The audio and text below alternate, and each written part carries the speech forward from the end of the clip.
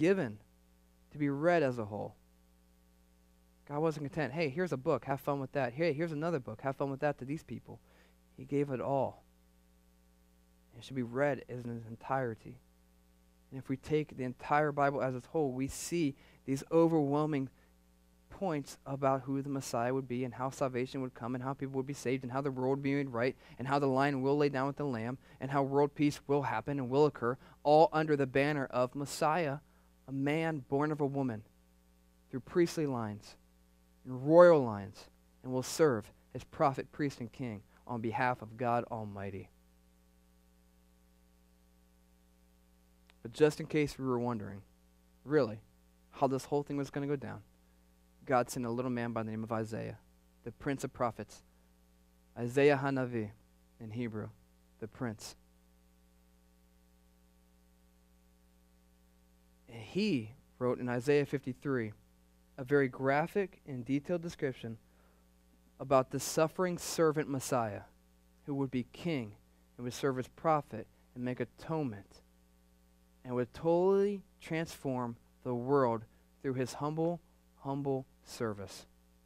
So with that being said, we're going to end today on Isaiah 53. If I could find it. It's up on the screen behind me. Who has believed what he has heard from us? To whom has the arm of the Lord been revealed? Ultimately saying, this Messiah is going to freak everybody out because he's not going to come like you expect him to. He's going to come from lowly beginnings. He's going to serve humbly and accomplish everything. For he grew up before him like a young plant, like a shoot out of dry ground. He had no form or majesty that we should look at him, and no beauty that we should desire him. He was despised and rejected by men, a man of sorrows and acquainted with grief. He would be royal, but he would be humble. Nobody would acknowledge this man. Nobody would pay homage to this man. And here's why. Because he was a man despised and rejected by man, a man of sorrows and acquainted with grief. As one from whom men hid their faces, he was despised, and we esteemed him not. Why? Because surely he has borne our griefs and carried our sorrows. I love in the Hebrew the word is disease. He has carried our disease. So we stayed away from him.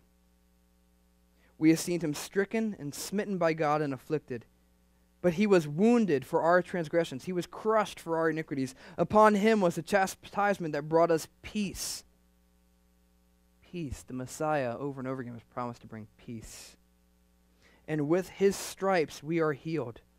All we like sheep have gone astray. We have turned every one to his own way. And the Lord has laid upon him the disease, the iniquity of us all. He was oppressed and he was afflicted, yet he did not open his mouth. Like a lamb that is led to the slaughter, and like a sheep that before its shears is silent, so he opened not his mouth. By oppression and judgment he was taken away. And as for his generation, who considered that he was cut off from the land of the living, stricken for the transgression of my people. And they made his grave with the wicked and with the rich man in his death, although he had done no violence, and there was no deceit or malice in his mouth. Yet it was the will of the Lord to crush him. He would be bruised, as Genesis put it. He was put on him to grief. He has put him to grief. When his soul makes an offering, there's Jeremiah making offering. For guilt, he shall see his offspring and shall prolong his days. The will of the Lord shall prosper in this Messiah's hand, the suffering servant's hand. And out of the anguish of his soul he shall see and be satisfied. By his knowledge shall the righteous one, my servant, the Messiah, make many to be counted righteous. And he shall bear their sins, their iniquities, their diseases. Therefore I will divide him a portion with the many, and he shall divide the spoil with the strong. Because he poured out his soul to death, he was numbered with the transgressors, yet he bore the sin of many and makes intercession for the transgressor. He serves as priest on behalf of God for you and me to be made righteous in the sight of God. We just got done doing Hosea. 11 weeks of understanding that only God can forgive, only God can make righteous, only God can heal, only God can save.